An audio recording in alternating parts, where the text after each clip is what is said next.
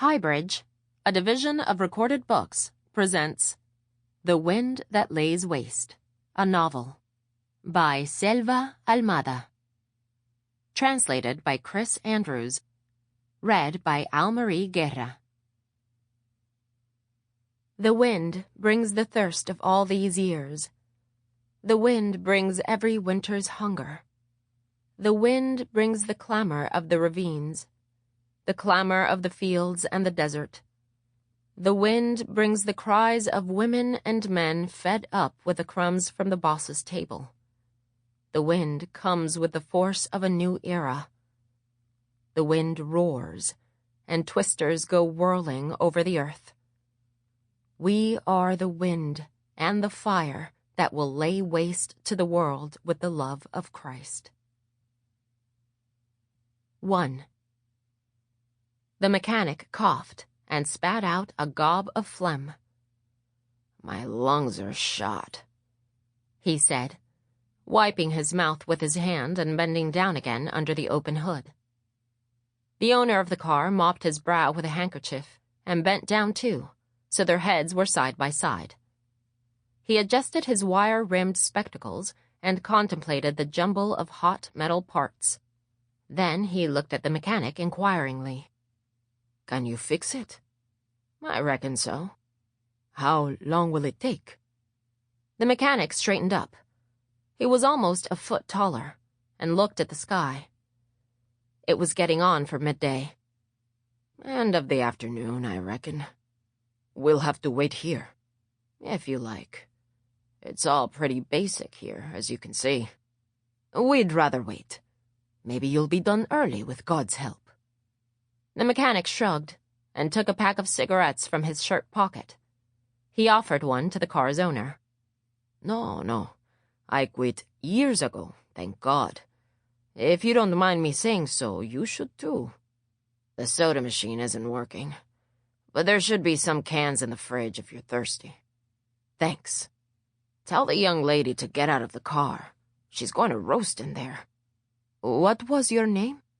"Brauer. El Gringo Brauer. And that's Tapioca, my assistant." "I'm Reverend Pearson." They shook hands. "I've got a few things to do before I can start work on your car." "Go ahead, please. Don't mind us. God bless you." The Reverend went around to the back of the car, where his daughter, Leni, was sulking in the tiny space left by the boxes full of Bibles and the piles of magazines on the seats and the floor. He tapped on the window. Leni looked at him through the dusty glass. He tried the handle, but she had locked the door. He gestured to tell her to wind the window down. She lowered it an inch or two. "It's going to take a while to fix. Get out, Leni. We'll have a cool drink." "I'm fine here." "It's very hot, sweetheart. You're going to get heat stroke." Leni wound up the window again. The Reverend opened the passenger door, reached in to unlock the back door, and pulled it open. "Elena, get out."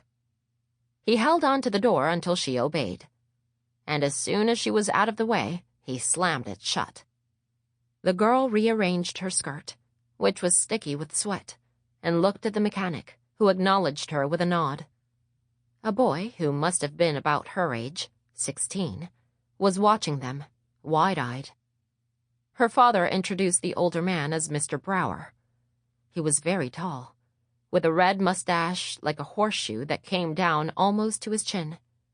He was wearing a pair of oily jeans and a shirt that was open, exposing his chest, but tucked in. He would have been over 50, but there was something youthful about him. It must have been the mustache and the long hair, hanging down to his collar. The boy was wearing old jeans, too, patched, but clean, and a faded t-shirt and sandals. His straight, jet-black hair had been neatly cut, and he looked like he hadn't started shaving. Both of them were thin, but they had the sinewy bodies of those accustomed to the use of brute force. 50 yards away stood the makeshift building that served as a gas station, garage, and home. a single room of bare bricks beyond the old pump, with one door and one window. In front of it, at an angle, a kind of porch, with an awning made of branches and reeds, which shaded a small table, a stack of plastic chairs, and the soda machine. A dog was sleeping in the dirt under the table. When it heard them approach, it opened one yellow eye and swished its tail on the ground without getting up. "Give them something to drink," said Brauer to the boy, who took 2 chairs from the stack and wiped them with a rag so that they could sit down. "What do you want, sweetheart?" "A Coke." "A glass of water's fine for me. The biggest one you have, son," said the Reverend as he sat down. The boy stepped through the curtain of plastic strips and disappeared inside. "The car will be ready by the end of the afternoon, God willing," said the Reverend, mopping his brow again. "And if he's not willing?"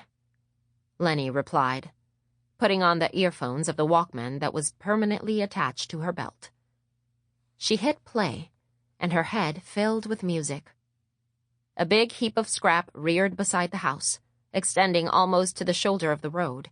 Panels, bits of agricultural machinery, wheel rims, piles of tires, a real cemetery of chassis, axles, and twisted bits of metal, immobilized forever under the scorching sun. 2.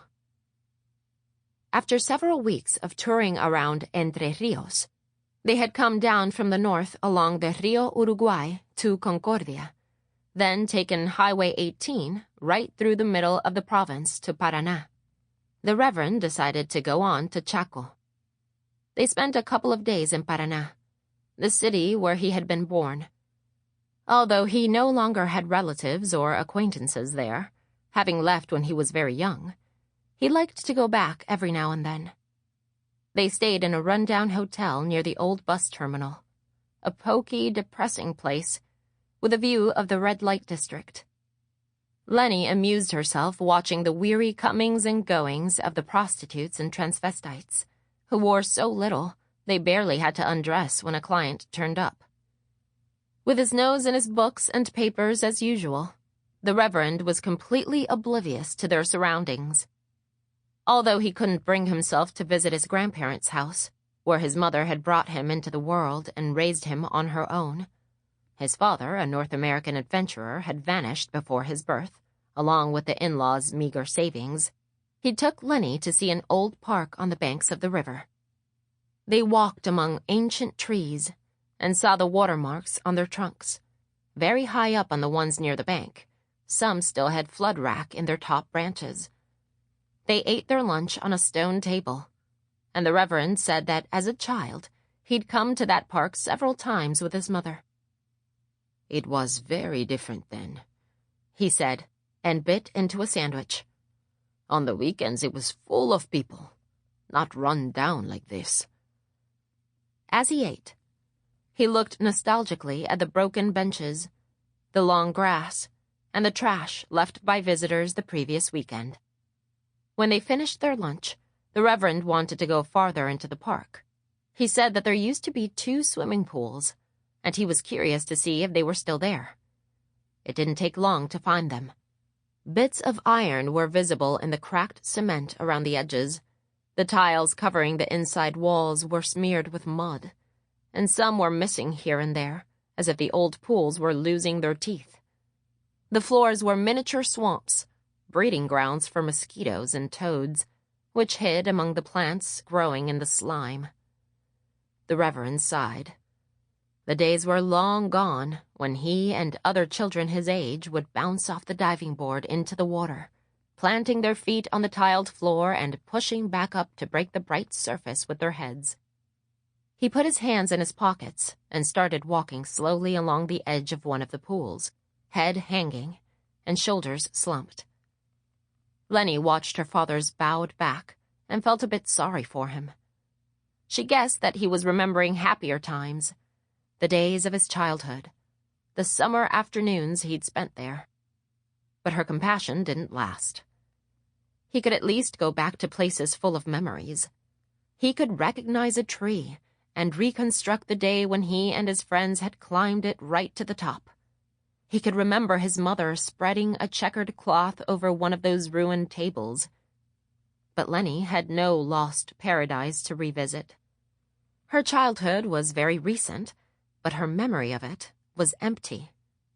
Thanks to her father, the Reverend Pearson, and his holy mission, all she could remember was the inside of the same old car, crummy rooms in hundreds of indistinguishable hotels, the features of dozens of children she never spent long enough with to miss when the time came to move on, and a mother whose face she could hardly recall.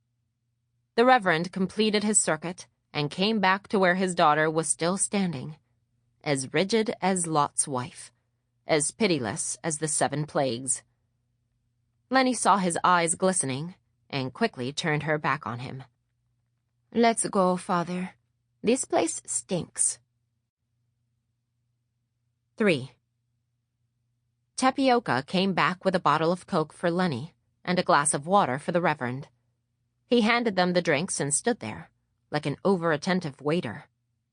Pearson drank the whole glass down in one gulp. In spite of its warmth and dubious color, the Reverend received that water as if it had flowed from the purest spring.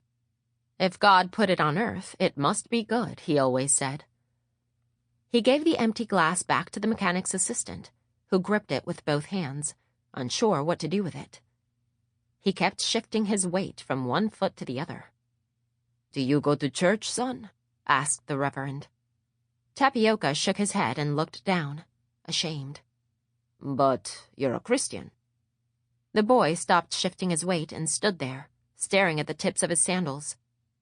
There was a gleam in the Reverend's eyes.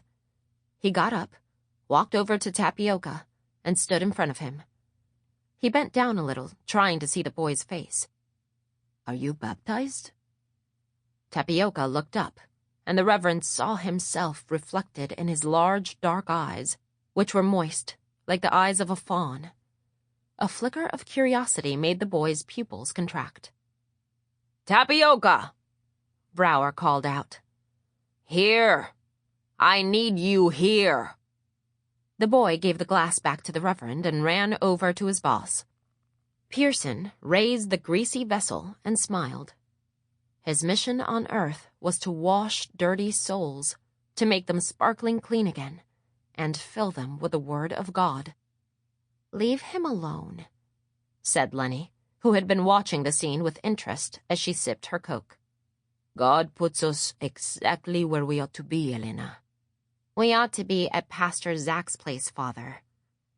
"And we will be. After." "After what?" Her father didn't answer, and she didn't insist. She didn't want to get into a quarrel or know anything about his mysterious plans.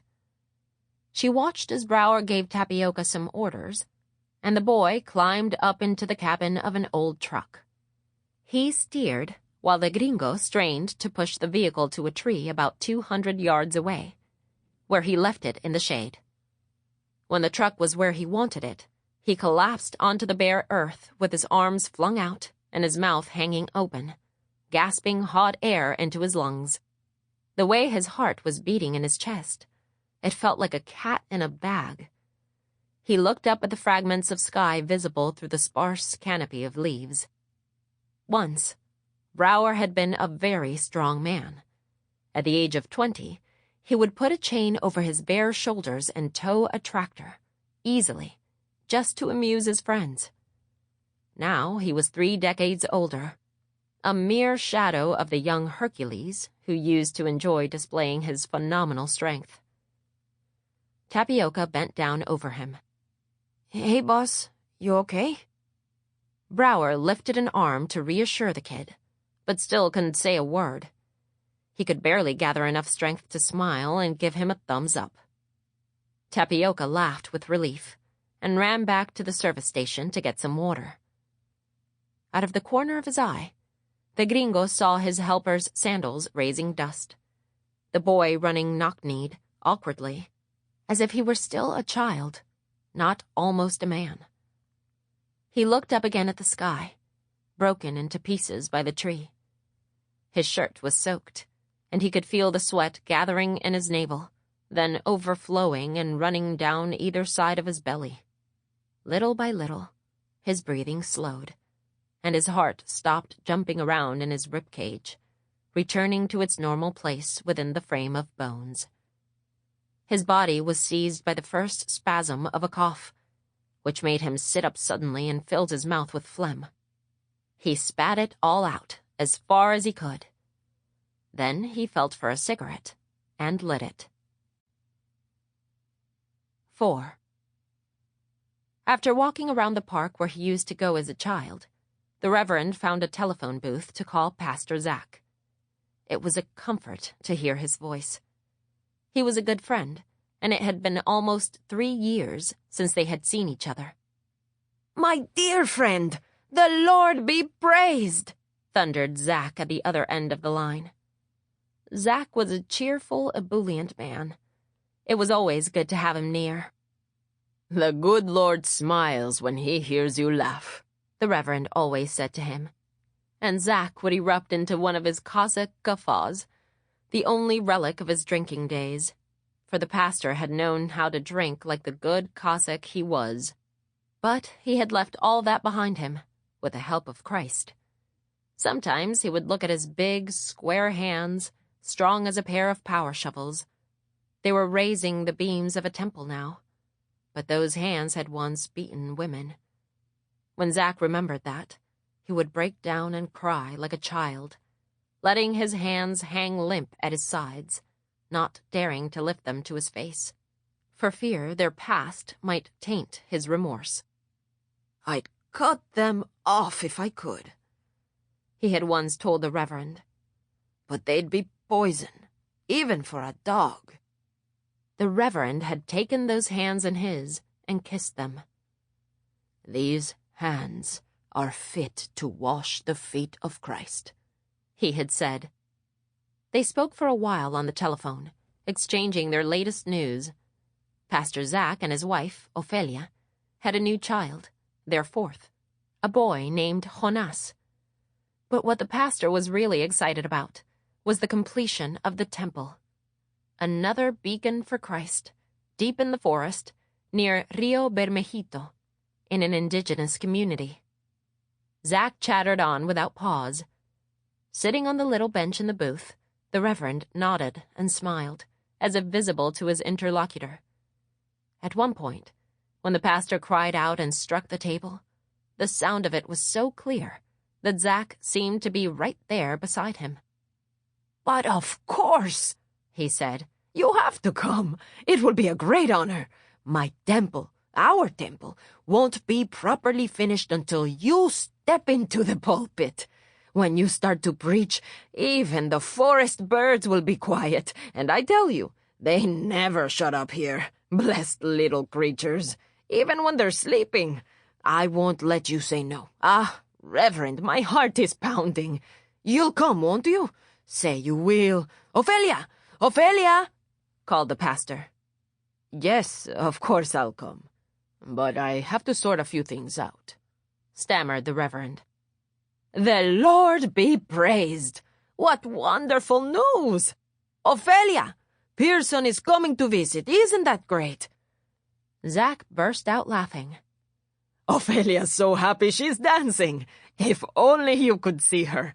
She's teaching the children here to sing. Wait till you hear them. It's such a sweet choir.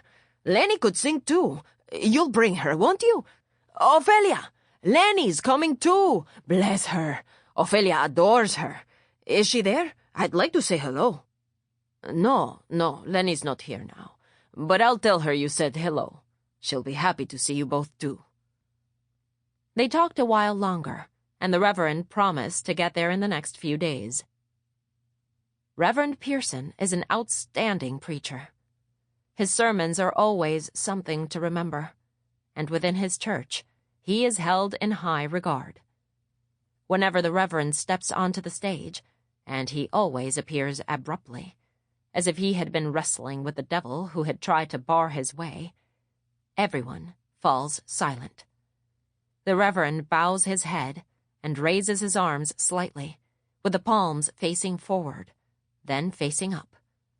He remains like that for a moment, showing the faithful his bald crown, beaded with sweat. When he lifts his head, he takes 2 steps forward and looks at his audience. The way he looks, you know he's looking at you, even if you're sitting in the back row. It's Christ who's looking at you. He begins to speak. Christ's tongue is moving in his mouth. His arms begin to perform their choreography of gestures, only the hands moving at first, slowly, as if they were caressing the listener's weary brows. Christ's fingertips on my temples. Gradually, his forearms and upper arms begin to move as well. The torso remains still, but already you can sense a movement in his stomach. It's the flame of Christ burning inside him. He glides to one side. 1, 2, 3 steps. Index fingers extended, pointing at everyone and no one. He comes back to the center. 4, 5, 6. And now he's gliding. 7, 8, 9, across to the other side. His index fingers point at everyone and no one. It's Christ's finger pointing at you. Then he comes back to the center again and begins to walk down the aisle. Now his legs join the dance. His whole body is moving, even his toes under the shoe leather. He strips off his jacket and tie. All this without ever ceasing to speak. Because from the moment he lifted his head and looked at the audience, Christ's tongue has moved in his mouth and will not cease to move. He walks up and down the aisle, goes to the door, and retraces his steps. His eyes are shut, and his arms flung wide. His hands moving like radar, seeking out the most wretched of all. The Reverend does not need to see. When the moment comes, Christ will tell him who should be taken up onto the stage. He reaches out, at random, and grasps the wrist of a woman who is crying and shaking like a leaf. Although the woman feels that her limbs are not responding, the Reverend takes hold of her and sweeps her up like a leaf in the wind. He places her at the front of the stage. The woman is 60 years old. Her stomach is bulging as if she were pregnant. The Reverend kneels in front of her. He rests his face against her belly. Now, for the first time, he stops speaking. His mouth opens. The woman can feel the open mouth, the Reverend's teeth biting the fabric of her dress. The Reverend writhes. The little bones of his spine move like a snake under his shirt. The woman can't stop crying. Her tears are mixed with snot and drool.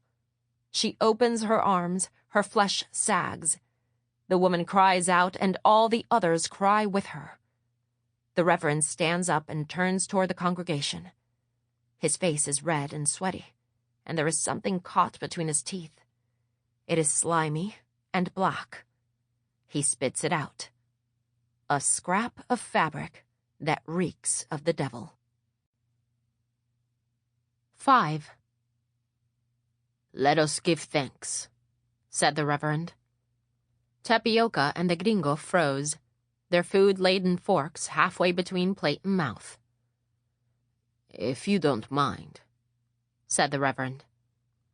"Go ahead."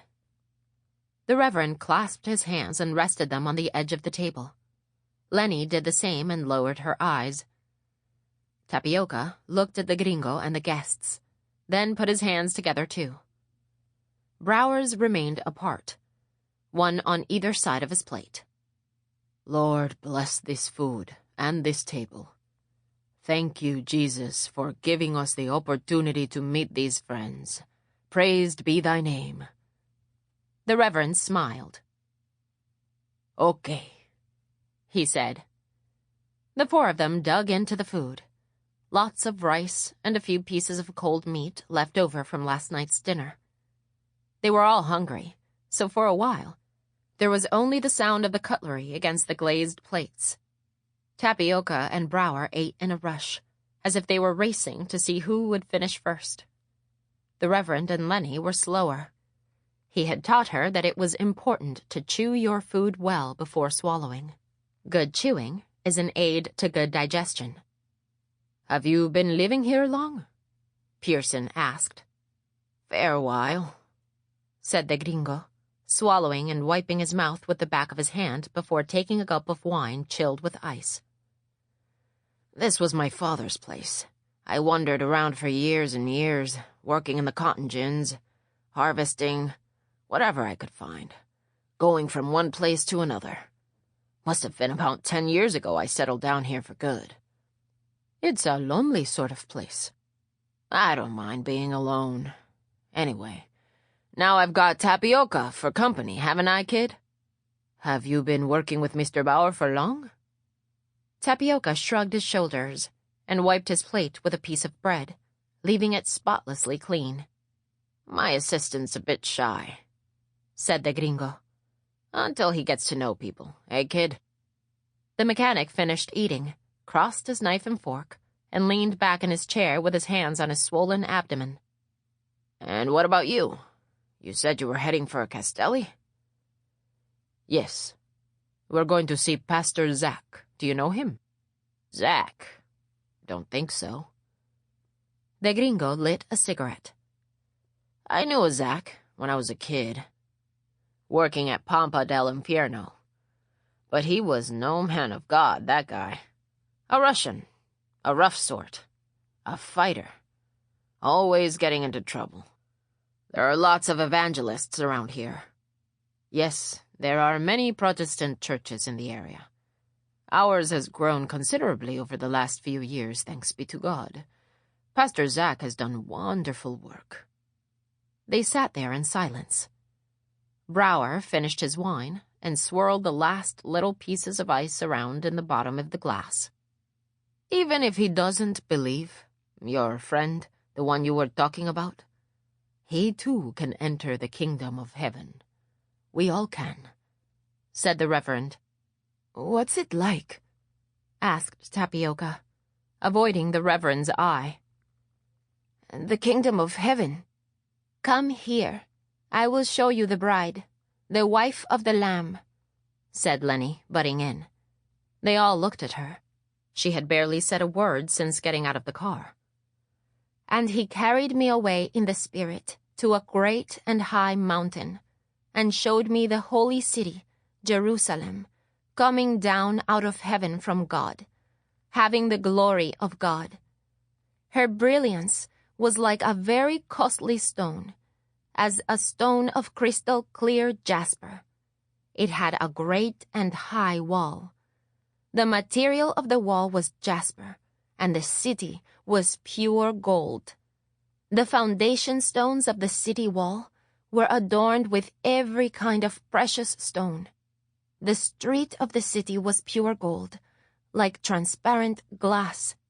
Then the angel showed me a river of the water of life, clear as crystal, coming from the throne of God and of the Lamb, in the middle of its street. On either side of the river were the trees of life, yielding their fruit every month, and the leaves of the trees were for the healing of the nations." She smiled. "That's how it goes, isn't it, Father?" "Is that all true?" asked Tapioca, astonished by the description. "Of course not.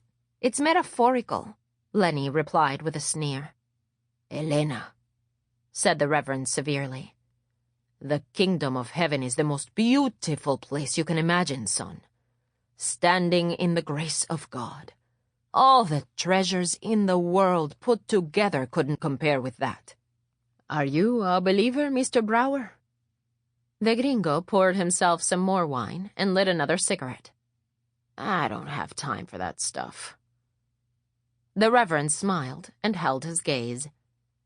"Well, I don't have time for anything else."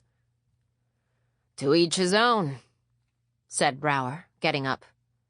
"Clear the table, kid."